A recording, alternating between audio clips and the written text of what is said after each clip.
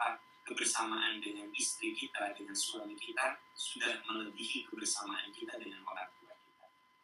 Jadi yang namanya rumah tangga itu kebersamaan paling lama. Kemudian rumah tangga itu jembatan yang menghubungkan dua keluarga besar.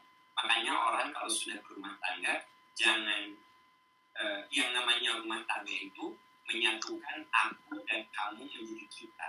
Jadi nanti tidak ada lagi istilah itu bapak kamu, itu ibu kamu. Yang ada ibu kita, ayah kita. Yang ada adalah adik kita, bukan adik kamu, adik kita.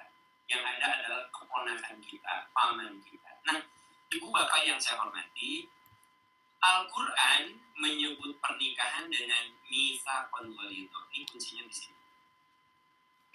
Mitsaqun ghalidh itu artinya perjanjian agung. Kenapa disebut perjanjian agung? Karena ternyata rumah tangga itu ibadah paling lama, sekolah paling lama, kebersamaan paling lama, dan dia merupakan jembatan yang harus kuat menghubungkan dua keluarga besar.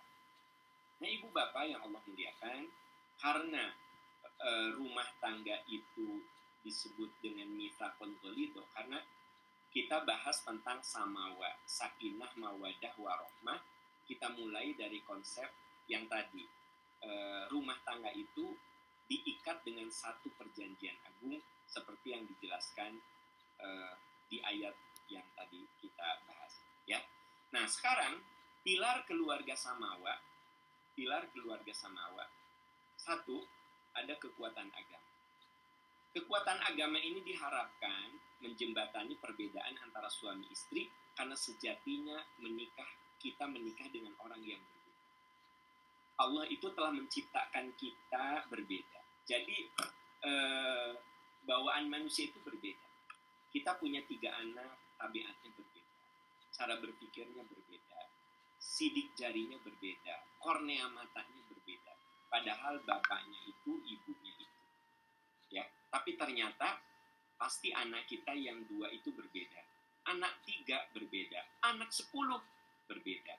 Karena memang sunnatullahnya, law of nature-nya, manusia tercipta berbeda. Nah, rumah tangga itu menyatukan 2 perbedaan. Makanya butuh kekuatan agama untuk menjembatani perbedaan itu.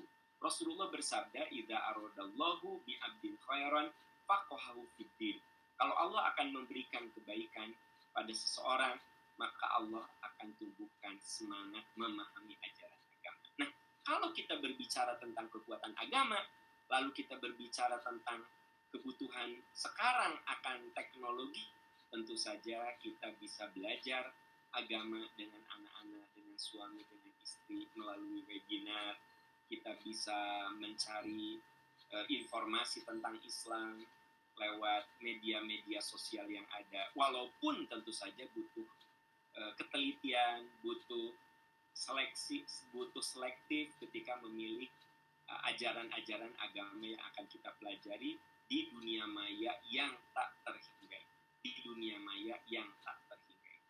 Makanya sekarang kan ada orang-orang yang paham agama itu jebolan dari pesantren Google, ya, bukan pesantren Al-Hikmah, pesantren Al-Kautsar, pesantren Darussalam, pesantren Gontor, bukan, tapi dia jebolan dari pesantren Google. Nah, jadi dia kalau mau ceramah googling kan gitu.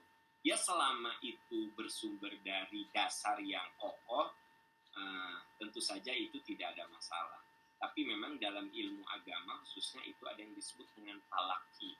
Talaki itu harusnya kita punya konsultan, punya mentor. Dan saya pikir dalam dunia keilmuan apapun dibutuhkan satu mentor.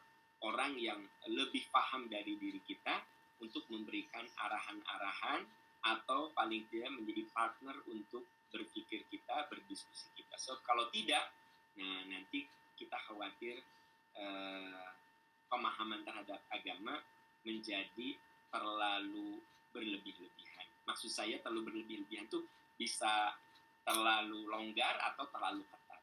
Padahal Islam itu ad-dinu yusrun. Islam itu agama yang mudah. Wala yashaddad din illa ghalabah. Sebenarnya yang membuat agama itu susah karena seringkali orang-orang yang berbicara agama memberikan pendapat-pendapat yang sesungguhnya tidak dimaksudkan oleh apa yang diajarkan di agama tersebut, di dalam ajaran yang disampaikan oleh Nabi Shallallahu Alaihi Wasallam. Nah, ibu bapak yang saya hormati, itu kekuatan agama. Yang kedua adalah kekuatan cinta atau mawaddah. Tadi Ustazah Hajah Imas sudah membacakan ayatnya. Wa min ayatihi an khalaqalakum min anfusikum azwajan litaskunu ilaiha wa ja'ala bainakum mawaddatan wa rahmah inna fi dzalika laayatil liqaumin yatafakkarun. Mawaddah itu cinta yang semakin bertambah karena ingat akan jasa-jasa dan pengorbanan. Jadi kita mencintai istri bukan lihat penampilannya lagi, tetapi ingat akan jasa. Mencintai suami bukan karena performancenya dada dan perutnya rata kayak bintang iklan.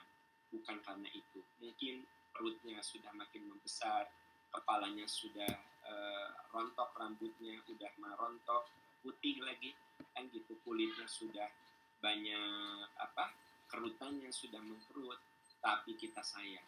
Bahkan jalannya juga suami itu sudah mulai digusur, tapi ibu tetap sayang sama suami, itu karena melihat pengorbanan. Itu artinya bahwa kekuatan cinta yang dimaksud di dalam surat ke-30 ayat 21 itu waja'alna bainakum mawaddatan wa rahmah. Mawaddatan wa rahmah. Ya, mawaddah itu cinta yang semakin bertambah karena kita ingat akan jasa-jasa dan pengorbanannya, karena kita menyayangi istri atau suami kita itu, melihat jasa-jasanya, nanti Allah merahmati. Nah, untuk melahirkan jiwa mawaddah, 3 hal yang harus dilakukan. Pertama, kathrotut tahadi, harus saling menghargai dan memberi. Jadi selalu kita ingin memberikan penghargaan pada pasangan hidup kita dan selalu ingin memberi yang terbaik. Yang kedua, kathrotut dzikrihi, saling mengingat kebaikannya. Kita pasti punya kekurangan, istri kita punya kekurangan. Yang kita ingat adalah kebaikan, dan kebaikan. Dan yang ketiga adalah kathrotut tisoli ma'ahu, saling berkomunikasi, sebab komunikasi sehat akan semakin menguatkan ikatan batin. Nah, ibu, bapak yang saya hormati, itu kekuatan yang kedua dalam keluarga samawa. Sakinah, mawadah, warohmah. Satu ada kekuatan cinta, satu ada kekuatan agama, 2 ada kekuatan cinta, yang ketiga ada kekuatan doa. Kenapa? Karena rumah tangga itu ibadah terlama yang membutuhkan kesabaran ekstra, ilmu ekstra, dan doa yang ekstra. Di sini banyak yang berumah tangganya sudah melewati puluhan tahun, 30, bahkan 40. Saya yakin itu bisa dilewati bukan karena tidak ada tantangan, bukan tidak ada godaan, tapi boleh jadi karena kekuatan doa. Istrinya selalu berdoa, suaminya juga begitu. Itu sebabnya kita dianjurkan untuk berdoa agar keluarga dan anak-anak kita menjadi penyejuk hati. Surat Al-Furqan ayat 74, Rabbana hablana min azwajina wa dzurriyyatina qurrata a'yun waj'alna lil muttaqina imama. Ibu bapak, itu yang ketiga, kekuatan doa. Itu sebabnya tiap kali kita bersujud, ingat anak cucu kita, maka doakan agar rumah tangganya penuh mawaddah, sakinah. Sebab keluarga kita boleh jadi mawaddah, rahmah, sakinah karena doa-doa orang tua kita. Maka kita sebagai orang tua yang tentu saja punya anak, walaupun anak kita belum berumah tangga, kita doakan, ya Allah, sekiranya nanti anak saya mendapatkan jodoh, berilah nanti jodoh. Ya Allah, berikan kepada anak-anak saya jodoh yang soleh, jodoh yang membuat mereka bahagia, jodoh yang membuat mereka mawaddah, rahmah, dan sakinah. Itu kepada anak-anak dan juga tentu saja untuk diri kita. Nah, yang keempat adalah kekuatan kata-kata. Di dalam surat An-Nahl ayat 125, kita diharuskan untuk menggunakan kata-kata terbaik, terindah, dan terpuji. Nabi SAW jarang memanggil istrinya nama. Beliau suka menggunakan panggilan kesayangan, yaitu Humairah. Humairah itu artinya merona.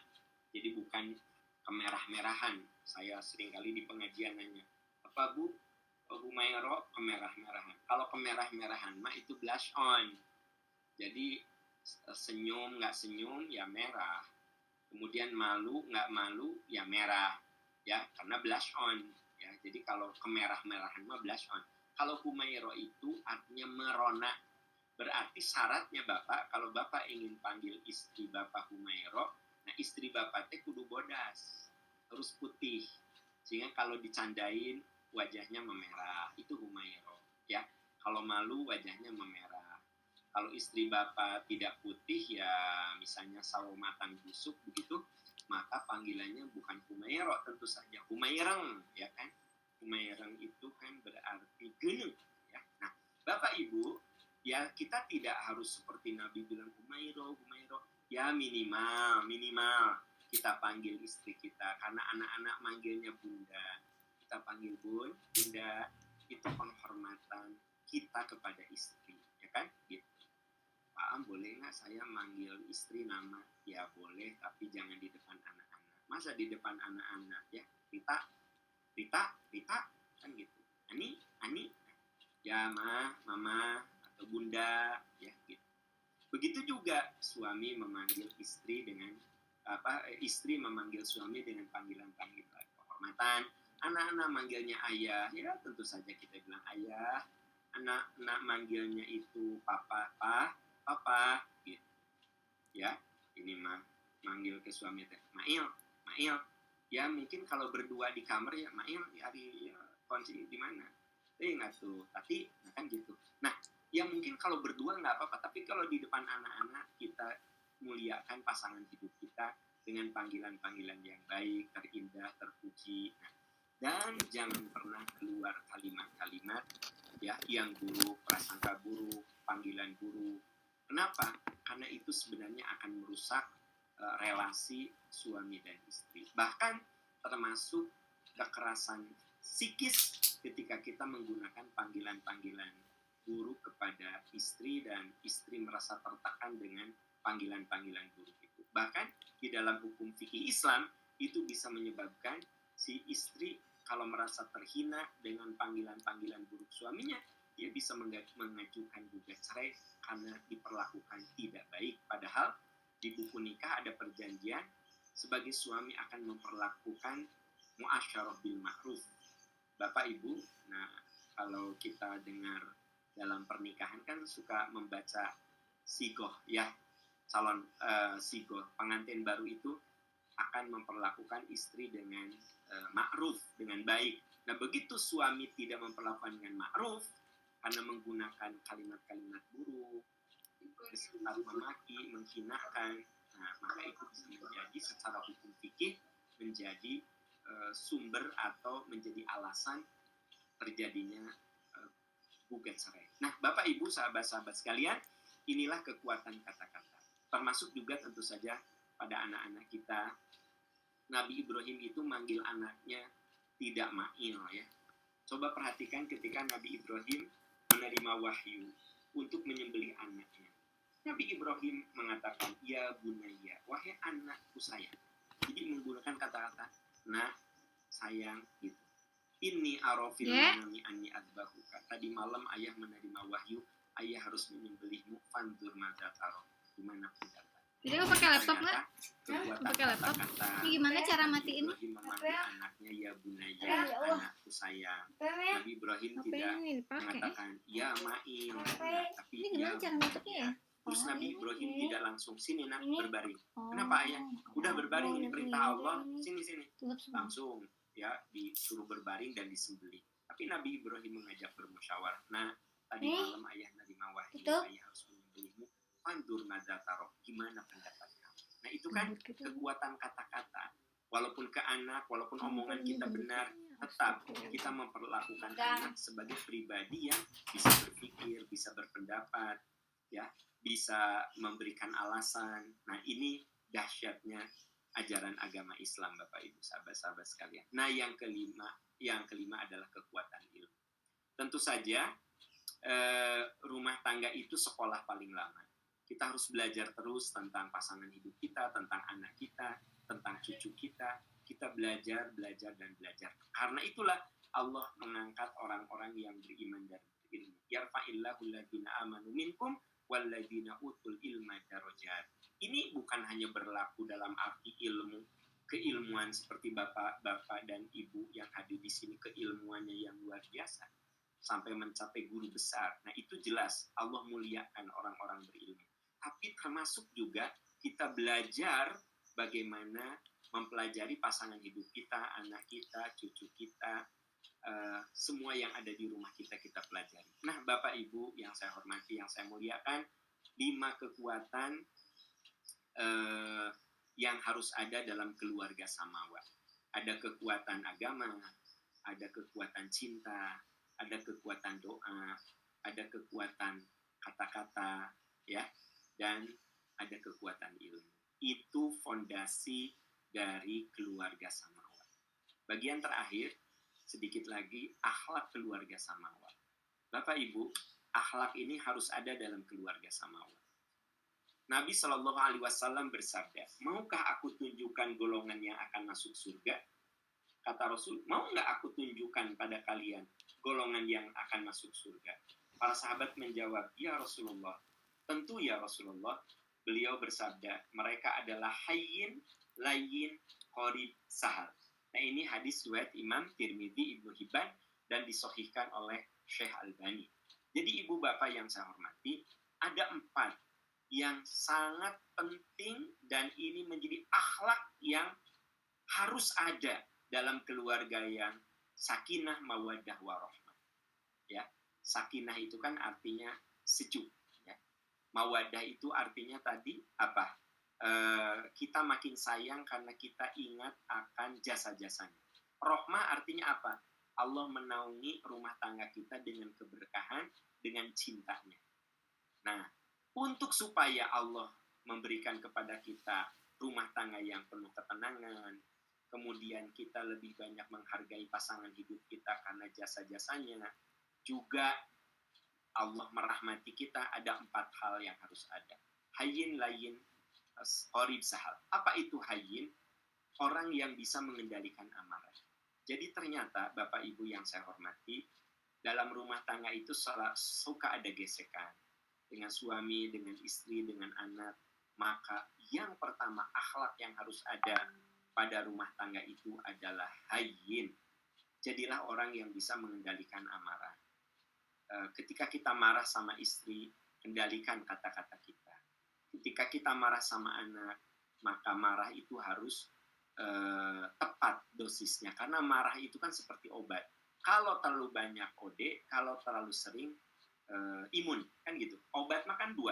Kalau kebanyakan overdosis, kalau terlalu sering, tubuh kita jadi imun. Nah, kalau kita terlalu sering marah sama anak, nanti lama-lama anak terbiasa. Kata teman, itu mama kamu marah, nggak apa-apa, ibu aku memang begitu. Bentar lagi bobo dah, kalau udah bobo dah, ibu aku mah baru diam. Kalau masih bangun sih dia marah-marah terus. Nah, makanya marah si ibu ini menjadi tidak efektif, ya. Kenapa? Ya karena terlalu sering. Seorang lelaki bertanya kepada Nabi, "Ausini ya Rasulullah." Kata Nabi, "La taghdab." "Ausini ya Rasulullah, la taghdab." "Ausini ya Rasulullah, la taghdab." "Nasihati aku ya Rasulullah, jangan jadi pemarah." "Nasihati aku ya Rasulullah, jangan jadi pemarah." Jangan jadi pemarah. Nah, Bapak Ibu, sahabat-sahabat tercinta, ini akhlak dalam keluarga sakinah, mawaddah, warahmah, hayyin. Kendalikan amarah. Nabi memberikan rumus cara mengendalikan amarah kan? Apabila kita marah, kata Nabi, ta'awuz. Dalam hadis Sahih Bukhari, Ibu Bapak, kalau kita marah, a'udzubillahi minasyaitonir. Tapi a'udzubillahnya dengan hati ya. Kalau masih marah juga, kata Rasulullah, diam. Kamu jangan bicara. Sebab kalau kamu bicara, sangat mungkin orang yang kamu marahi terluka. Karena kita tidak kontrol, out of control. Kitanya tidak kontrol ketika marah. Nah, makanya kalau marah, ta'awuz. Kalau masih marah juga, kita diam. Jangan dulu mengambil keputusan saat marah. Makanya kan, seorang pemimpin tidak boleh mengambil keputusan saat marah. Begitu. Tidak boleh menghukumi orang ketika marah. Tidak boleh. Begitu. Ya. Nah, kenapa? Karena bisi di luar nalar dan logika. Begitu. Nah, makanya Nabi nyuruh, coba kamu berwudu. Kalau sudah berwudu masih marah juga, coba kamu sholat. Insya Allah Bapak Ibu kalau sholat itu marah akan reda. Karena belum pernah ada orang yang sedang sholat marah-marah kan. Allahu Akbar, wajat, kita terus. Nggak ada. Biasanya terus adrenalinnya turun, malah nangis. Wajahku wajah. Nah, itu Ibu Bapak. Pertama, dalam keluarga Samawa harus ada hayyin, pengendalian amarah. Makanya di dalam Ali Imran 13136, ciri orang takwa itu kan al-kadhimina al-ghaidha wal-'afina 'anil nas. Mereka orang yang mampu mengendalikan. Itu akhlak pertama dalam keluarga Samawa. Yang kedua adalah layyin. Layyin itu santun dalam tutur kata dan perbuatan. Bapak Ibu yang Allah muliakan, ternyata keluarga yang Samawa itu di situ ada kesantunan. Suami menegur istri ada kesantunan. Suami nggak pernah menegur istri di depan anak-anak dan tidak pernah menghinakan ibunya anak-anak di depan anak-anak. Itu kan santun. Misalnya istri kita melakukan sesuatu yang kurang pas gitu. Kalaupun kita tegur, ya tidak di depan anak-anak. Pas di kamar, mah tadi mama kan begini, kata papa masih itu teh. Jadi di dalam kamar. Ini jangan sampai kita menegur istri, benar istri kita salah, tapi kok ditegurnya di depan anak-anak. Berarti kan tidak ada kesantunan. Kalau kita ingin menegur suami, ya tentu saja dengan kesantunan. Ayah udah sholat belum? Belum. Mama juga belum, ayah. Mama mau makmumlah sama ayah. Kalau ayah belum sholat, mama mau makmum. Mama kalau makmum sama ayah itu suka lebih khusyuk. Itu kan lebih santun daripada ayah udah sholat belum? Belum. Innalillahi ya Allah. Hari ayah itu juga jelema munafik. Jam segini can sholat. Umur udah 40 sholat masih harus diingetin. Ayah, kita teh orang munafik. Apalagi ini Isa. Katanya ciri orang munafiknya malah sholat Isa. Ini mah ayah banget. Nah, jangan sampai kata-kata yang tidak santun itu keluar. Gitu. Bapak, kalau Bapak menganjurkan istri olahraga, ya yang santun. Nama olahraga ame sehat nih. So, aset yang paling mahal mah atau kesehatan. Pokoknya mama olahraga lah, paksakan mah. Biar sehat. Kan enak. Kan ada suami yang ini, mah olahraga tuh. Tinggal itu sekretaris ayah di kantor. Bodinya halus pisan mama. Itu bodinya bagus pisan. Jauh pisan jeung mama mah. Nah, ada sekretaris ayah mah kan rutin dia. Senamnya seminggu 3 kali. Kan mama mah tara olahraga mah tak badagil. Nah, Bapak coba buang kalimat-kalimat yang tidak santun. Lain, orang tuh harus santun dalam tutur kata. Nah, kesantunan ini dimulai dari rumah. Maka ketika di rumah itu santun, menegur istri, menegur anak, kan gitu. Bahkan ketika dibawa keluar kehidupan, maksudnya di luar rumah tangga, tentu kesantunan itu sangat-sangat penting. Bapak Ibu yang Allah muliakan, coba perhatikan. Kalau orang sholat, imamnya salah, bagaimana cara menegur imam yang salah? Bukan dengan a'udzubillahi minasyaitonirrajim. Itu kan nganggap imam setan itu. Tapi apa? Subhanallah. Subhanallah. Subhanallah. Ini isyarat ketika imam itu salah boleh kita tegur. Tapi coba lakukan dengan santunan. Nah, ini masalah santun ini ya, baik dalam tutur kata ataupun perbuatan. Abdullah bin Amr bin As berkata, Rasulullah itu seorang yang lembut dan santun tutur katanya. Nabi bersabda, sesungguhnya termasuk dalam golongan orang-orang terpilih di antara kamu yang baik budi. Maksud dalam hadis ini, yang santun dalam kehidupan. Nah, Ibu Bapak, ini bisa diperhatikan juga masalah kesantunan ini adanya di Ali Imran 159. Ya. Nah, kemudian yang ketiga adalah qorib. Qorib itu artinya dekat, maksudnya bisa dekat dengan siapa saja, apalagi dengan anggota keluarga. Jadi relasi dengan istri dekat, ngobrol bisa santai dari hati ke hati, dengan anak-anak juga dekat ya. Makanya ayah yang hebat, ibu yang hebat itu adalah yang bisa jadi teman bagi anak. Makanya ayah itu ada 3 tipe. Ada ayah yang pulang kantor, anaknya lagi main bola. Nah, ada ayah yang bosi. dia simpen tasnya, dia tolak pinggang. Kamu jam segini belum sholat kamu. Ini mau maghrib gimana? Main bola terus. Nah itu ayah yang galak, ya kan? Ada lagi ayah yang begitu pulang kantor, lihat anaknya masih main bola, dia simpen tas. Si ayah itu ikut main bola 5 menit, ya udah gitu. Nah, bentar lagi maghrib, yuk kita sholat yuk. Nah itu namanya ayah yang jadi teman. Tapi ada juga ayah yang begitu lihat anaknya main bola, pas dia pulang kantor, dia simpen tasnya, dia ikut main bola sampai jam 8 malam. Nah itu namanya ayah yang kekanak-kanakan. Jadi ibu bapak, saya ingin ceritakan di sini bahwa qorib itu artinya orang yang dekat. Ya. Rasulullah itu sangat dekat dengan cucunya. Ketika Rasulullah sholat, cucunya naik ke punggungnya. Katanya cucu Rasulullah itu selalu ngelendot-lendot. Yang satu duduk di paha kiri, di paha kanan. Rasul seringkali mencium cucu-cucunya. Nah, seorang kepala suku begitu lihat Rasul mencium cucunya, dia bilang, ya Rasulullah, saya punya 10 anak. Demi Allah, satu pun tidak ada yang pernah saya cium. Apa kata Nabi? Malam yarham la yurham. Kalau kamu tidak pernah menyayangi, bagaimana Allah menyayangi kamu? Kalau kamu tidak pernah sayang sama anak cucumu, gimana Allah sayang sama kamu? Gitu. Makanya setiap pelukan kita kepada anak-anak itu merupakan kebaikan yang sangat berpahala. Itu qorib. Bapak Ibu, Rasulullah itu kalau mau ke masjid suka bilangin, Aisyah, ya aku ke masjid dulu ya, sundut di kiri, sundut di kanan. Gitu. Jadi Rasulullah kalau mau pergi ke luar tuh suka ngomong, suka bilang, ya kan? Ke masjid aja bilang. Nah bapak makanya kadang-kadang suka ngereles ya kan gitu. Pas datang Pak RW Teguh mau ketemu bapak, sebentar ya. Nah pas dilihat kok nggak ada, nanya sama anak-anak, si papa kemana? Nggak tahu. Katanya, ya nggak tahu. Coba di kamar. Langsung bilang, RW, tadi mah ada di rumah, buka kamananya. Gitu. Karena bapaknya ujung-ujungnya lengit. Ya. Bapak, coba qorib ya, seperti Rasulullah. Rasul tuh mau ke masjid saja bilang, saya mau ke masjid ya. Gitu.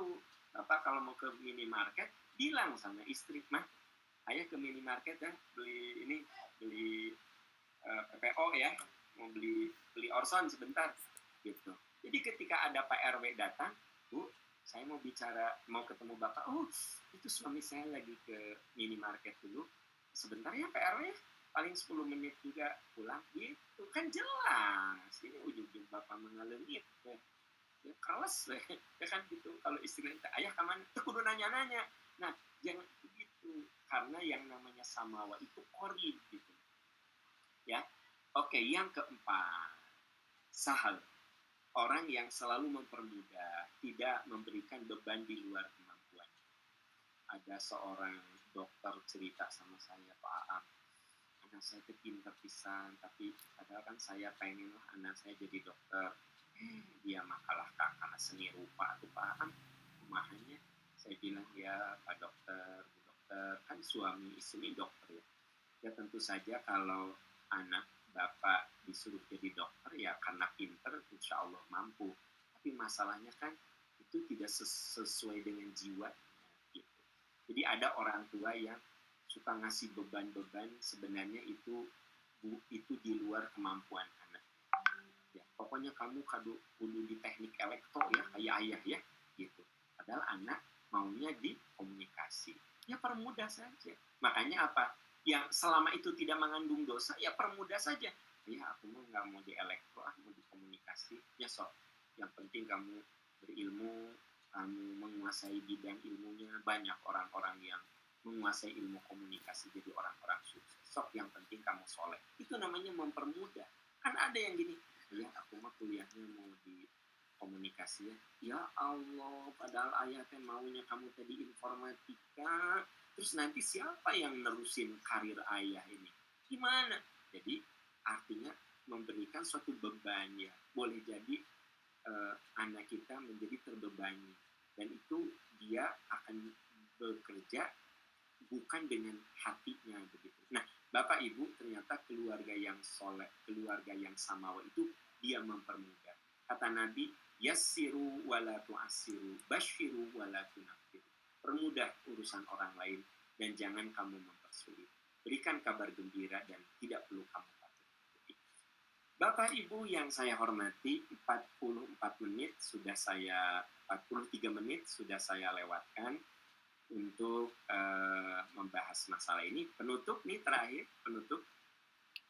Keluarga berkah dan sakinah atau samawa diraih bukan dengan kemujuran, tetapi digapai dengan perjuangan yang penuh kesabaran. Tolong diingat, kalau ada keluarga yang samawa, berkah, ya, sakinah, mawadah, warohmah, bahagia, catat ya, dia diraih bukan dengan kemujuran, tapi digapai dengan perjuangan yang penuh kesabaran. Semoga kita menjadi orang-orang yang berjuang untuk mencapai keluarga yang samawa, perjuangan dengan penuh kesabaran. Makanya di dalam surat Ar-Ra'd ayat 23-24, Jannatu Adn, mereka bertemu dalam surga dengan orang-orang soleh. Jannatu Adni yadkhulunaha wa man salaha min abaihim wa azwajihim wa dzurriyyatihim wal malaikatu yadkhuluna alaihim min kulli bab salamun alaikum bima sabartum. Mereka masuk ke dalam surga Aden beserta orang-orang soleh dari nenek moyang mereka, pasangan hidup mereka, anak cucu mereka. Jadi kita bertemu di surga dengan keluarga kita, anak cucu kita, orang tua kita. Apa rumusnya? Salamun alaikum. Kata malaikat, selamat ya. Kalian berkumpul lagi di surga. Bima sobartum. Karena kalian berjuang dengan penuh kesabaran. Bapak Ibu yang saya hormati dan saya muliakan, itu yang bisa saya sampaikan. Terima kasih. Alhamdulillahirabbil alamin. Wassalamualaikum warahmatullahi wabarakatuh. Waalaikumsalam warahmatullahi wabarakatuh. Atur nuhun Pak Am, kangge tausiahna alhamdulillah karegeskeun pisan. Ada waktu ya Pak Am, ini ada sesi tanya jawab, bisa? Saya serahkan ke moderator badai ayat tanya jawab, mangga di ayat gitu terus. Malah yang bagus nama pengayaan. Di sini banyak pakar-pakar, tentu kalau diberi pengayaan itu. Mangga Prof. Edi, Pak Yusuf, pilih badai sharing, pengayaan atau nanti badai tumaros, gimana Pak Am? Itu ibu. Saya boleh, Bu Ayi. Oh, Bu Dewi. Bu Dewi tekengin naros. Bu Dewi. Mangga Bu Dewi dulu. Tekengin naros kada nambihan. Mangga boleh Bu Dewi dulu. Nambihan kapan nasaran ya. Nambihan kapan nasaran. Pemohon Bu Ayi para terus maparin kesempatan. Nah, punten Pak Ustadz.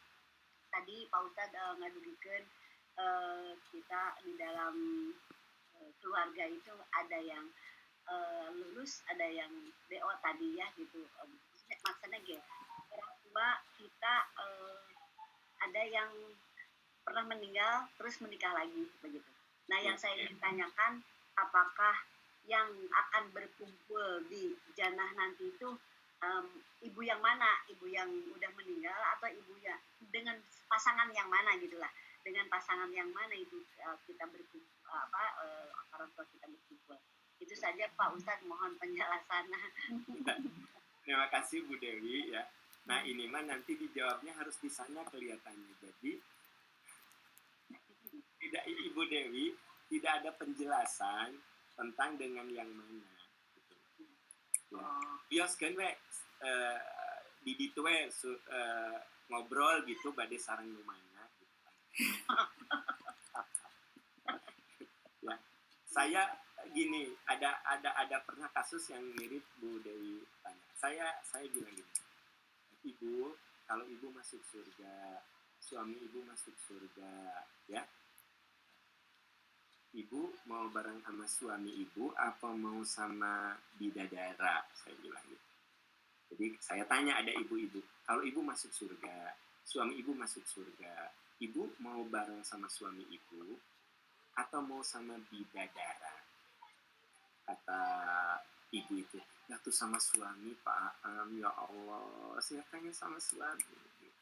Terus saya tanya suaminya, bapak, pani bapak lebet surga, ibu lebet surga, bapak badai sarang saha, badai sarang bidadari, badai sarang istri bapak. Nah, ke bidadari, Pak.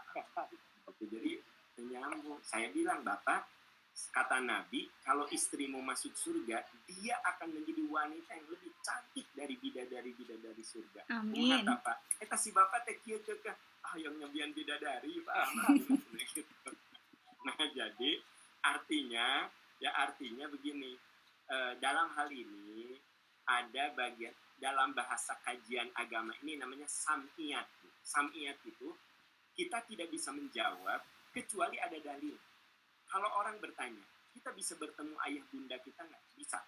Tadi Ar-Rahd 2 ayat 23, 24. Kita bisa bertemu dengan pasangan hidup kita? Bisa. Bisa bertemu dengan anak cucu kita? Bisa. Di surga? Bisa. Saya bilang bisa.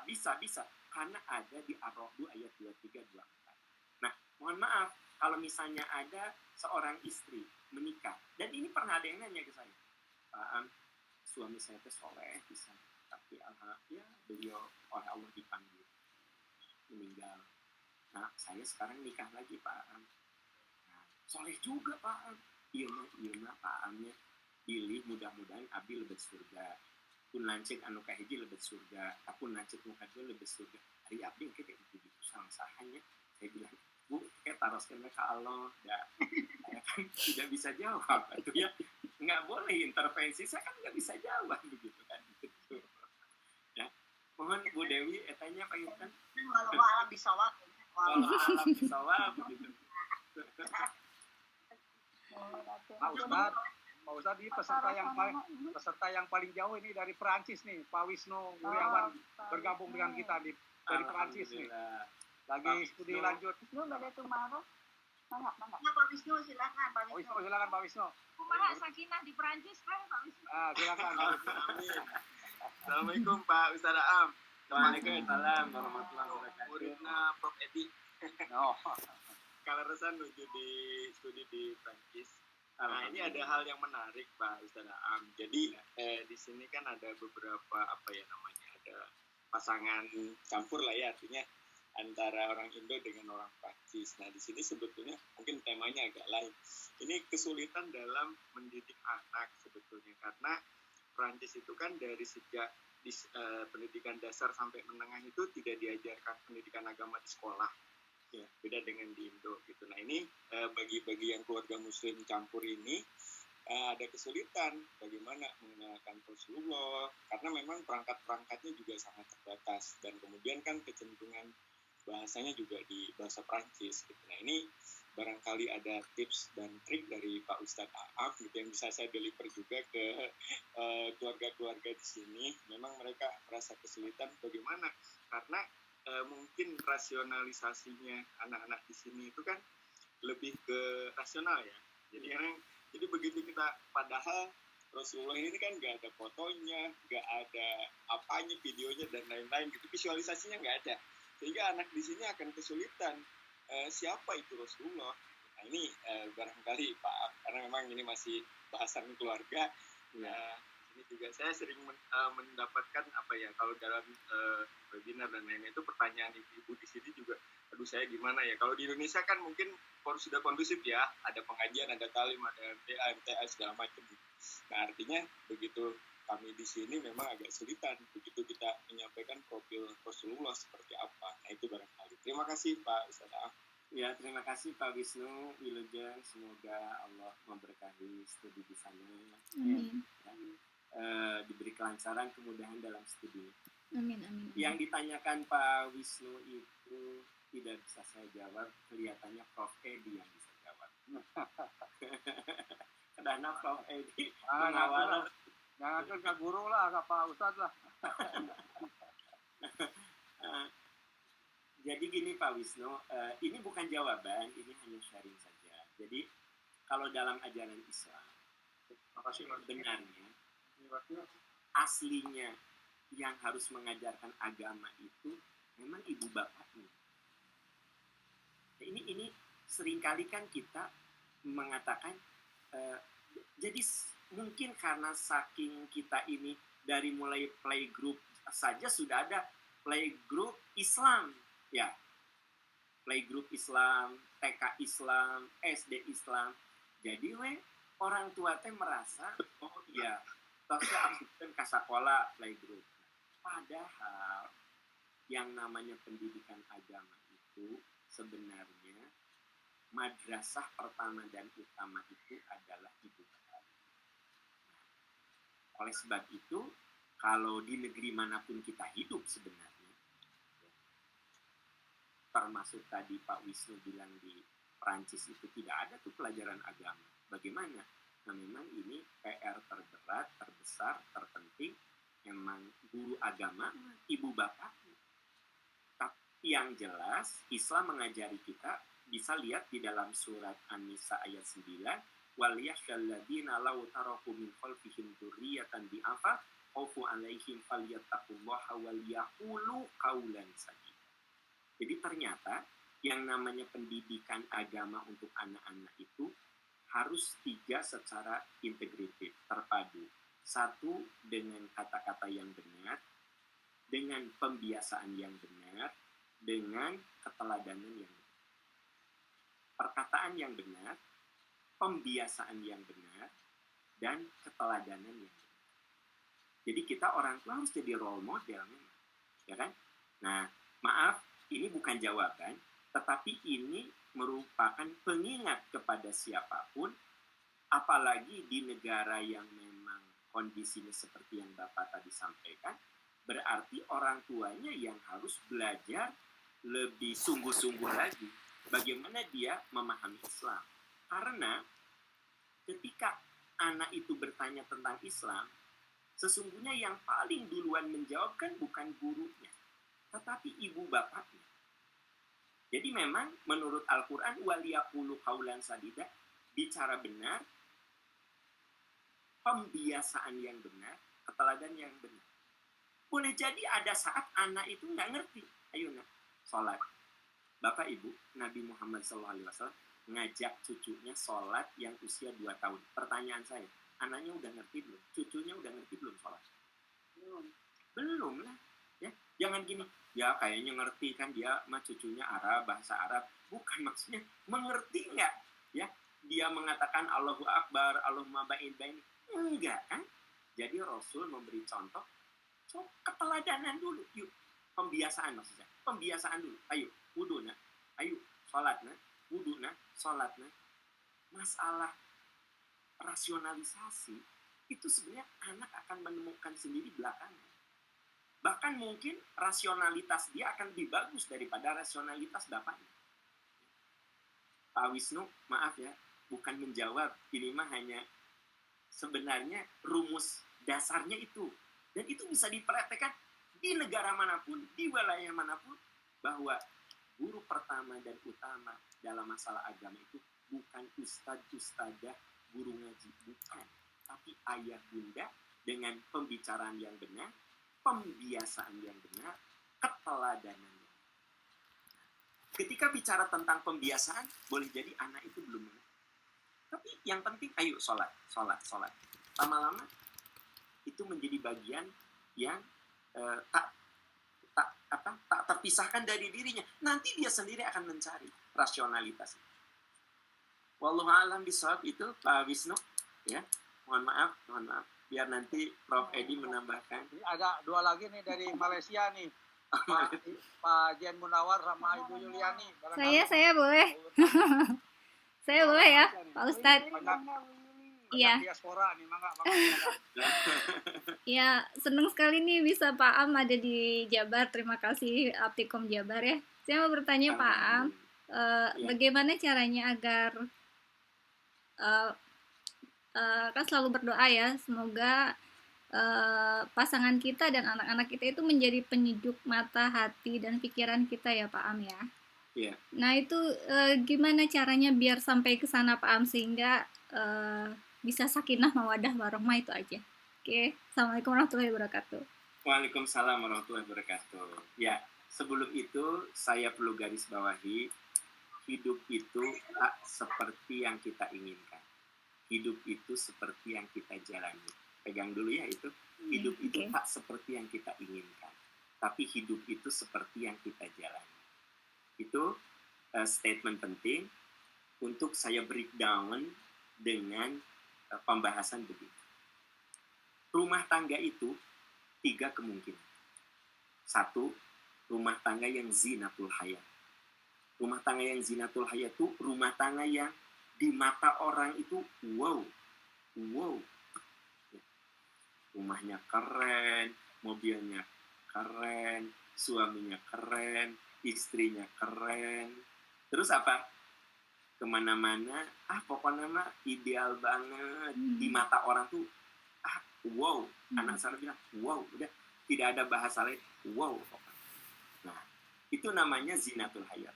Ada rumah tangga yang fitnatun. Ya. Fitnatun itu rumah tangga yang memang tak seperti yang kita inginkan. Siapa sih yang ingin punya suami yang tidak soleh? Siapa sih yang siapa yang ingin suaminya tidak soleh? Pasti suami ingin soleh. Seorang suami ingin istrinya soleh. Ya, tapi kan yang menjadi jodoh kita itu yang jadi rezeki kita. Jodoh kita itu rezeki kita. Saya ingin tanya, ada nggak yang pacaran 8 tahun tapi itu jadi nikah? Tapi ada yang baru ketemu 4 bulan jadi nikah. Digana di biaya. Pacaran bobogohan di SMA tuh. Jika nama geus letak hancur lah di SMA, nanti kita kuliah S2 gitu. Itu jadi nikah. Nggak jadi nikah. Ada yang baru ketemu 4 bulan jadi nikah. Makanya saya suka bilang sama anak-anak kita, sama adik-adik kita, saya bilang kalian jangan tertipu dengan bisikan setan yang mengatakan makin lama aku pacaran, aku makin mengenal karakternya. Dusta. Banyak yang pacaran 7 tahun, 2 tahun selesai. Ada yang pacaran 10 tahun, 2 tahun finish. Berarti rumus bahwa makin lama kita kenal, makin kita paham karakternya. Omong kosong itu mah bisikan setan. Jadi inti dalam rumah tangga itu, kita kudu menerima takdir kita. Nah, itu sebabnya saya ingin tanya, kenapa ketika kita mau menikah kita istikharah? Karena kita tidak tahu ke depan pasangan hidup kita seperti apa. Berarti kita kudu siap menerima takdir apa yang Allah berikan pada kita. Gitu. Kan ada yang waktu belum menikah mah, ya Allah dermawannya kemana-mana teh bawa oleh-oleh ke Garut pasti bawa dodol teh 3 kilo, 4 kilo kan gitu. Itu. Wah kalau kemana-mana teh selalu bawa oleh-oleh, selalu ini untuk mama kamu, ini untuk keponakan. Ya Allah ini banyak banget. Kan adik kita banyak lah. Pokoknya ya. Lamun ker apel gitu ya, di mana di mau teh apa kopi, aku lagi sahur. Ya Allah sahur saling kumisnya rajin. Kan iya marbo, Ahmad Daud. Luar biasa. Ahmad Daud. Akhirnya sampai gini, Anda mantep. Inilah laki-laki yang terbaik untuk saya. Rajin saum Senin Kamis, rajin saum Daud, pendidikannya bagus, akhlaknya mulia, dermawan, dan bisa menerima keadaan keluargaku. Nikahlah. Nah, atau 4 bulan tos nikah, Gusti, ya Allah, peditnya na'udzubillah, galaknya na'udzubillah, boro-boro sholat tahajud, subuh we di jamak jeung duha. Sampai Anda mengatakan, ya Allah, kok kenapa begini? Dengar ya, ini yang saya bilang, hidup tak seperti yang kita inginkan, hidup seperti yang kita jalani. Kenapa kita harus istikharah? Karena jodoh kita adalah rezeki kita. Jodoh kita adalah rezeki kita. Jadi gimana? Ya, kita harus siap menerima kenyataan, boleh jadi pasangan hidup kita seperti yang tak selamanya seperti yang kita inginkan. Makanya ada jodoh yang jadi fitnah, batu ujian.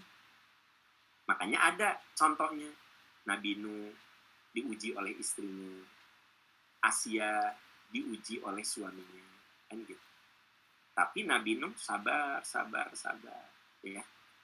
Asia sabar sampai suaminya ditenggelamkan oleh Allah di Laut Merah. Nah kalau ibu-ibu ada yang suaminya nggak soleh, sabar, nggak tahu ditenggelamkan apa di Sungai Cikakak atau di Pelabuhan Ratu, pokoknya sabar. Nah jadi ibu, satu ada yang zinatul hayat, wow, secara duniawi ya Bu ya, wow. Ada yang memang penuh penderitaan, itu rumah tangga. Dan yang ketiga apa? Ada yang qurrata a'yun. Semua pasti mengatakan aku ingin rumah tangga yang qurrata a'yun. Tapi ingat, boleh jadi ada jalan hidup kita di mana memang ujian kita itu di rumah tangga. Itu mah kudu terima. Jadi gini, pastilah semua mengatakan aku ingin suamiku menyejukkan, aku ingin istriku menyejukkan, aku ingin anak-anakku menyejukkan. Pasti semua begitu. Berdoa ikhtiar. Dikasih oleh Allah, alhamdulillah. Ya, berarti kita bakal diuji oleh sisi lain. Bisa kekurangan harta, bisa penyakit dengan apa. Tapi ada orang yang memang ujiannya di rumah tangga. Ujiannya di rumah tangga. Kayak iya naon jadi ting harulang ke ya. Iya lagi menghayati Pak Ustadz. Iya. Jadi kayak Bentar lagi mau keluar air mata ini. Bentar lagi mau keluar air mata ini. Lalu mengenang masa lalu Pak. Jadi artinya sekarangnya begitu. Bagi adik-adikku tercinta yang belum mendapatkan jodoh, berdoalah kepada Allah, berikhtiarlah. Nanti Anda nikah dengan siapa, itu yang menjadi rezeki yang Allah berikan kepada Anda. Jadi kumaha? Ya tampi. Mirip seperti saya, misalnya jualan. Ya, saya jualan nasi kuning. Yang penting apa? Saya berusaha ramah ke pelanggan, nasi kuningnya enak, urusan laku atau tidak, pelanggan banyak atau tidak, ya saya terima. Nah, untuk adik-adik saya yang belum menikah, yang penting berdoa kepada Allah, cari yang benar, yang sungguh-sungguh, karena sesoleh-solehnya kita tidak tahu aslinya loh. Iya nggak sih? Iya. Kan orang itu soleh banget di mata kita. Pertanyaannya, benar nggak? Gitu. Nah gitu. Memang kalau ngomong yang gini tuh sok jadi, ya oke sih, jadi Bu Dewi, ini nasdem pisan. Ya, jadi artinya ujung-ujungnya begini. Ini closingnya. Maksudnya dari jawaban saya untuk Bu Yuliani, closingnya gini. Ibu baca di surat Al-Anbiya ayat 35. Kullu nafsin dha'iqatul maut. Setiap makhluk yang bernyawa pasti mati. Tapi sebelum mati, wa nabluukum bisyarri wal khairi fitnah. Kami pasti mengujimu dengan kebaikan dan keburukan. Wa ilaina turja'un. Dan pada akhirnya kamu akan kembali kepadaku. Jadi ujung-ujungnya Bu, kalau rumah tangga kita samawa itu ujian. Rumah kita fitnah itu ujian. Rumah kita zina itu maksudnya wow secara duniawi, ya. Itu juga ujian begitu, ya. Nah, jadi apa? Ya ujung-ujungnya semuanya juga ujian. Jadi yang rumah tangganya samawa sebenarnya wa nabluukum bisyarri wal khair. Berarti dia diuji dengan kebaikan. Gitu. Wallahu a'lam. Ini ada diaspora lain dari Malaysia, Haji Dadat, dan nanti diakhiri oleh Ibu Nina, Dewan Penasehat. Ibu Nina, silakan barangkali mau bertanya. Ya, tadi siapa Pak Haji Dadat? Haji Dadat, mangga. Diaspora juga nih, Malaysia. Alhamdulillah. Doain ya Pak Ustadz. Biar cepat lulus. Pasang ayat artinya apa? Ayo, Pak. Haji Dadat. Pak Dadat, saya. Bu Nina kalau Waalaikumsalam warahmatullahi wabarakatuh. Pak Ibatin. Alhamdulillah Pak Prof. Edi, saya hormati dan pengurus Aptekon Provinsi Jawa Barat yang saya hormati juga. Alhamdulillah bisa ketemu dalam kesempatan ini. Saya sampaikan juga ini adalah tadi ya, keluarga itu memang satu ikatan atau unit terkecil ya, yang akan membawa kejayaan gitu, kepada sebuah negara gitu. Besar kecilnya, karena pertahanan yang paling kuat ada di rumah gitu ya. Bekal yang disampaikan Pak Ustadz Am sangat baik sekali. Saya menyetujui gitu ya. Jadi betul-betul masuk gitu ya sebagai dasar untuk mengembangkan semuanya berangkat dari rumah. Nah, berkenaan dari ini karena kita sibuk ya, sering ditinggalkan gitu ya. Jadi seperti saya kan meninggalkan juga karena studi di luar gitu ya. Kadang tidak memantau, pulang dari studi anak berubah gitu sikapnya. Berubah-ubah karena mungkin ketidakkonsistenan atau orang tua jarang gitu tidak melakukan, sehingga saya khawatirkan panutannya malah jadi yang lain gitu Pak Ustadz. Nah, bagaimana dengan jarak jauh seperti ini kita mensiasati agar anak tetap istiqomah gitu ya kepada orang tuanya, supaya jadi panutan, jangan ke orang lain, lebih bahayanya tidak kita ketahui itu Pak Ustadz. Itu saja barangkali ya berkaitan dengan apa yang alami, dan juga menjadi bonggolan untuk saya. Terima kasih kesempatannya. Dari Coba Hidayah. Assalamualaikum warahmatullahi wabarakatuh. Waalaikumsalam. Ya, jadi malu ini sebenarnya banyak yang lebih layak menjawab pertanyaan-pertanyaan seperti ini sebenarnya, ya kan gitu. Tapi semuanya rendah hati gitu, ya. Itu kan Aam kan gitu. Padahal saya seyakin-yakinnya ini banyak yang ilmunya jauh-jauh lebih banyak untuk menjawab pertanyaan-pertanyaan. Dan Pak Dadat juga belum tentu ya beliau juga yakin bisa menemukan celah.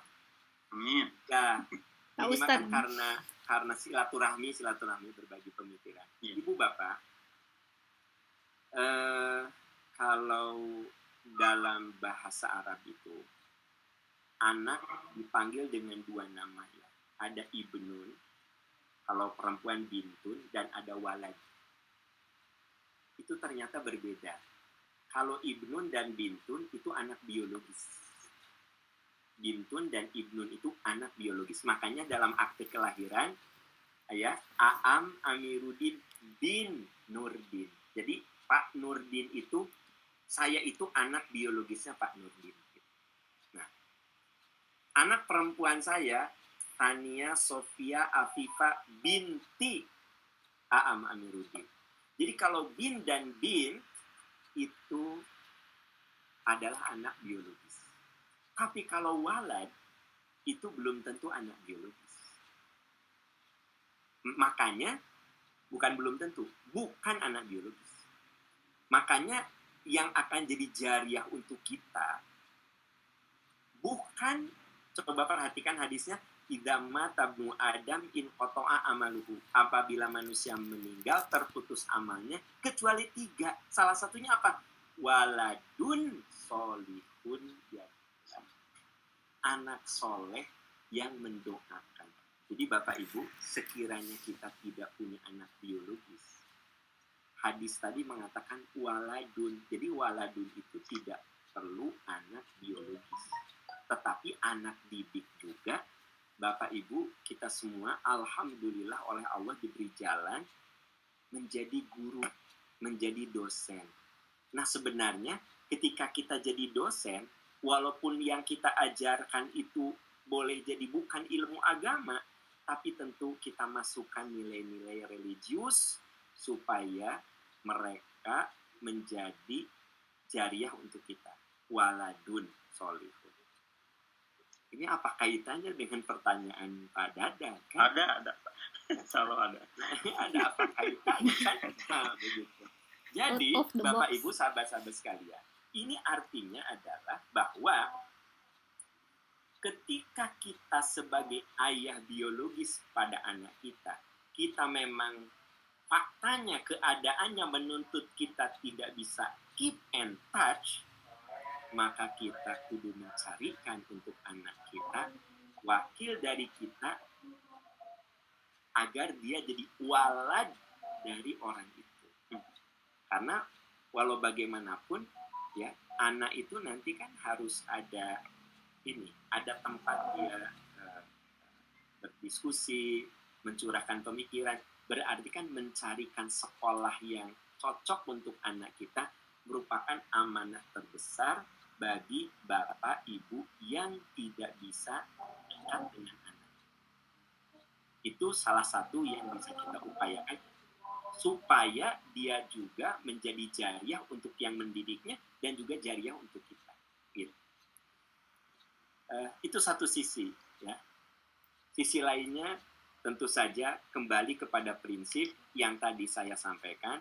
Sesungguhnya pendidikan anak itu yang paling menentukan di golden age, dari 0 sampai 12 tahun.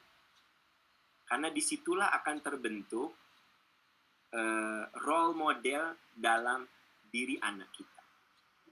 Jadi sebenarnya golden age itu yang tidak boleh kita lepas. Itu sebabnya saya pernah diskusi, seminar, saya tidak sependapat kalau anak SD di asrama. Maaf, sekarang kan ada asrama-asrama itu dari mulai TK loh Pak Bu, tahfidz Quran. Tahfidz Quran itu dari TK, kebayang nggak sama Bapak? SD tahfidz, saya kurang sependapat. Kenapa? Karena walau bagaimanapun, anak itu butuh figur ayah, butuh figur ibu. Tidak bisa figur ayah dan ibu digantikan oleh bapak asrama dan ibu asrama. Nah, oleh karena itu, tidak perlu khawatir ketika 0 sampai 12 tahun, relasi kita dengan anak benar-benar dekat. Karena itu merupakan modal, nanti walaupun kita ada di belahan bumi manapun, komunikasi kita kan jalan. Nah, oleh karena itu, kalau kita mau menyekolahkan anak kita di pesantren, harus SMP ke sana. Karena SMP ke sana kan secara psikis dia sudah mulai butuh sosialisasi. Tapi S0 sampai SD kelas 6 itu benar-benar kita itu ayah ibunya benar-benar harus menjadi role model bagi si anak. Mohon maaf, ini bukan apa-apa ya Pak Dadan.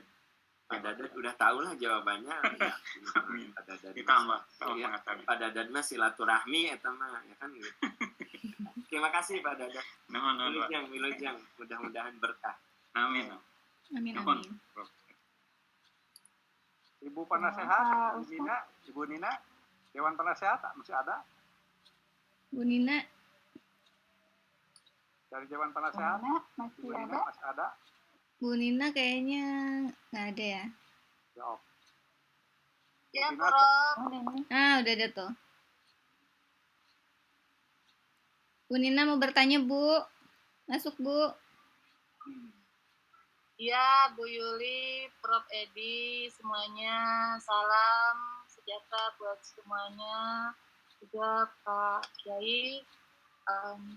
Untuk pertanyaannya ini saja sih, bagaimana kita agar akan dalam menjalankan kegiatan kita dalam mensyiarkan ilmu, tetapi juga paham bagaimana kita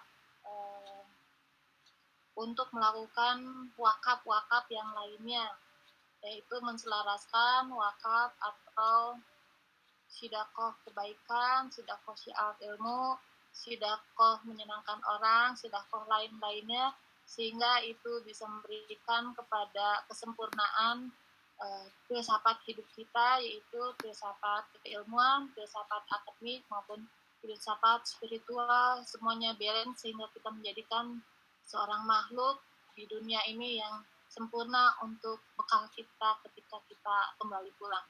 Itu Pak, barangkali. Terima kasih. Aduh, ini betul-betul saya asa di Prof. Edi, saya tuh sekarang seperti di sidang terbuka. Iya.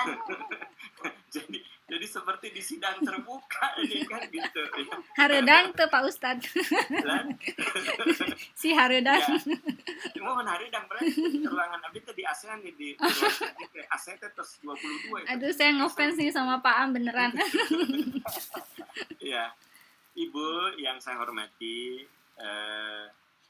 Islam mengajarkan kita memang segala sesuatu itu harus terintegrasi. Ada 3 kesolehan yang harus inheren melekat dalam darah daging kita. 1, kesalehan individual yang suka disebut dengan hablum minallah. Dan kalau kita sudah punya kekuatan hablum minallah, bisa dilihat di dalam surat ke-19 ayat 79 ya.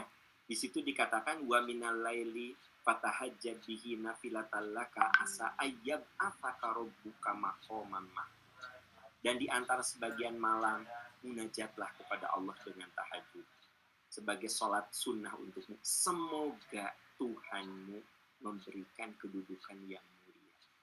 Nah, kalimat semoga Tuhanmu memberikan kedudukan yang mulia ketika kita punya hubungan vertikal kepada Allah. Salah satu contohnya di ayat itu dengan tahajud, ya, dengan sholat-sholat sunnah lainnya, dengan baca Quran, dengan tadarus, dengan zikir, dengan wirid, hablum minallah.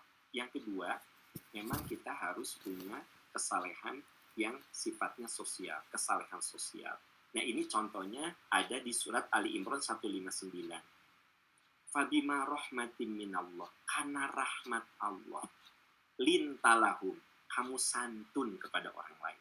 Bapak Ibu tolong diingat, kita bisa berakhlak mulia itu karena rahmat Allah. Kemudian apa? Kita bisa menjadi orang soleh itu karena rahmat Allah. Fa'fu anhum wastaghfir lahum wasyawirhum fil amr fa idza azamta fatawakkal 'ala Allah. Nah, itu isyarat bahwa yang harus kita lakukan tiap hari hubungan vertikal yang indah, hubungan horizontal yang indah, kemudian dikaitkan dengan hubungan manusia antar manusia yang harus indah itu dijelaskan juga di dalam surat Al-Qasas ayat 77. Wabtaghi fima ataqallahu darul akhirah. Gunakan apa yang di genggaman tanganmu untuk akhirat. Bapak Ibu sebagai ilmuwan, akademisi, nah, gunakan yang Allah titipkan itu untuk akhirat. Wala tansa nasibaka minad dunya. Tapi kamu boleh menikmati dunia. Wa ahsin, berbuat baiklah kepada orang lain sebagaimana Allah telah berbuat baik pada diri. Jadi kalau Prof. Nina tadi mengatakan bagaimana kita bisa berbagi secara filsafat keagamaan, filsafat keilmuan, dan yang lainnya, maka sesungguhnya menurut surat Al-Qasas surat ke-28 ayat 77 dikatakan wa ahsin kama ahsanallahu ilaik. Kalau Allah menitipkan sesuatu kepada kita, menitipkan ilmu, menitipkan harta, menitipkan kecerdasan, menitipkan tenaga, berbuat baiklah kamu kepada orang lain sebagaimana Allah telah berbuat baik pada diri. Nah, baru yang ketiga, kesalehan intelektual. Kesalehan intelektual inilah yang sebenarnya tak semua oleh Allah diberi amanah. Jadi gini, kalau kita bergerak di dunia pendidikan, saya seringkali berulang-ulang, berterima kasihlah kepada Allah. Allah memberikan garis takdir kita ini jadi guru, jadi dosen. Kenapa? Selama kita lakukan dengan penuh keikhlasan, maka kita akan dapat dua kebaikan. Dunia dapat, akhirat dapat. Begitu. Kenapa? Karena di situ kesolehan intelektual kita betul-betul bisa kita wujudkan. Karena yang namanya kesalehan intelektual itu sebuah semangat pada kita untuk mempelajari, menguasai, mengembangkan, mengamalkan ilmu. Itu 3 kesolehan yang memang harus terpadu sehingga hidup kita menjadi penuh makna. Paling tidak kita menyadari bahwa memang kita ini oleh Allah termasuk yang dipilih untuk melakukan amanah sebagai khalifatullah fil ard. Ini yang harus kita syukuri. Itu. Terima kasih kepada para penguji yang sudah luar biasa Pak. Asli Prof. Edi, saya hari ini serasa sidang terbuka. Karena ingin Prof. Edi. Atau mohon Udah tadi dengan ayat-ayatnya sangat jelas sekali. Jadi kadang kita tuh kan nggak paham Al-Quran itu kan banyak sekali surat-suratnya, dihubungkan dengan ayatnya itu kan harus pada yang ahlinya gitu. Jadi kita juga ingin tahu. Terima kasih pencerahannya Pak. Nuhun Pak Ustadz. Mana Ibu ditutup aja mari tos asar. Pak Ustadz doa terakhir. Mohon para peserta asar, hatur nuhun patarosanana para hadirin. Pak Ustadz hatur nuhun sudah menjawab dengan jelas. Kami sidang ya. Maka itu kangge penutup menawi biasa berdoa bersama. Ya, Ibu Bapak yang saya hormati, mari kita tundukkan kepala kita, hati kita untuk lebih menambah keberkahan silaturahmi. Allahumma inni as'aluka bi Tapi tadi mah rada tarik kayaknya jadi ngeluhna suaranya. La ilaha illa antal ahadus samadul ladzi lam yalid. Tadi suara si Bapak Ngeras mah tarik kayaknya tuh juga ngaremos. Ya Rahman, Ya Rahim, Ya Aziz, Ya Hakim, Ya Ghafur Rahim. Ya Allah, hanya Engkau yang Maha tahu segala dosa dan kesalahan kami. Ya Allah, kami mohon ampuni segala kesalahan kami, maafkan segala kekeliruan kami, bimbing kami semua dengan cinta-Mu, dengan rahmat-Mu, sehingga kami merasa nikmat di jalan kebenaran dan kebaikan. Ya Allah, Ya Rahman, Ya Rahim, kami yakin kedua orang tua kami pernah menangis demi kebahagiaan kami, pernah sakit demi kebahagiaan kami, pernah gelisah demi kebahagiaan kami. Ya Allah, kami sebagai anak tidak mungkin bisa membalas segala kebaikan. Tadi angkatan seberapa ya ini? Ya Allah, maafkan kesalahan kedua tua kami. Muliakan kedua tua kami di sisi-Mu. Ya Allah, Ya Rahman, Ya Rahim, karuniakan kepada kami keluarga yang penuh mawaddah, rahmah, dan sabar. Karuniakan kepada kami anak-anak yang soleh, anak-anak yang cerdas, anak-anak yang sehat, anak yang menjadi jariah Ya Allah, Ya Rahman, Ya Rahim, kami yakin cepat atau lambat suatu saat kami akan berpulang kepadamu. Ya Allah, andai suatu saat roh dan jasad kami berpisah, wafatkan kami dalam keadaan husnul khatimah. Amin ya Allah. Amin. Rabbana hab lana azwajina wa dhurriyyatina qurrata a'yun waj'alna lil muttaqina imama. Rabbana atina fid dunya hasanah wa fil akhirati hasanah wa qina adzab. Amin ya Rabbal Amin ya Arhamar Rahimin. Walhamdulillah. Wassalamualaikum warahmatullahi wabarakatuh. Waalaikumsalam warahmatullahi wabarakatuh. Nah, Prof. Edi, pilih badem ya. Terakhir, terima kasih kepada Pak Ustadz yang telah memberikan berbagi ilmu dan pencerahannya bagi kami semua. Terima kasih juga kepada rekan-rekan yang lagi studi di luar. Mudah-mudahan semuanya diberi kelancaran. Amin. Dan Amin ya bagi kita yang ada di dalam negeri terus bisa berkontribusi untuk kemajuan bangsa dan negara. Matur nuhun Pak Ustadz. Matur nuhun Pak Ustadz. Jazakallahu khairan katsiran Pak Ustadz. Kita tutup dengan alhamdulillahirrahmanirrahim. Waalaikumsalam. Foto bersama Bu Ayi. Foto bersama Bu Ayi. Ya, ini nggak ada yang ngambil foto bersama ini. Foto bersama Bu Ayi. Foto bersama ya, dokumentasi. Ya, jempol. Foto bersama. Ya Bu Ayi, foto dulu. Bersama. Foto bersama. Maka dia akan mengiram foto Screenshot Bu. Biasanya Yuli Eh nih. saya udah sih, kalau saya tadi udah ngambil, tapi yang lagi jempolnya belum. Bisa belakang. Ah, jempol dulu ya tuh. Gini. Pakai jempol. Ah. Jempol. Tapi nggak semua kena nih ya. Oke. Oke, 1, 2, 3. Cheese. Ya, satu lagi ada halaman kedua. Halaman kedua belum. Ya. Oke, jempolnya halaman kedua ini. 1, 2. Sebentar. 3, oke. Sebentar, satu lagi. Satu lagi ada 3 halaman soalnya. Oh, 3. Ya. Oke. Ada 2, Bu. Ya, ini tapi yang kedua tadi keburu ketutup sama yang ketiga. Nah, sekarang yang satu lagi, yang halaman kedua yang tadi belum saya ambil.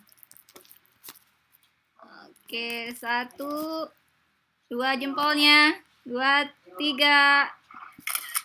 Oke, terima kasih semuanya. Alhamdulillahirrahmanirrahim. Mangga pamit kasadayana hatur nuhun. Mangga Bu Dewi. Maaf lahir batin semuanya. Assalamualaikum. Assalamualaikum warahmatullahi wabarakatuh.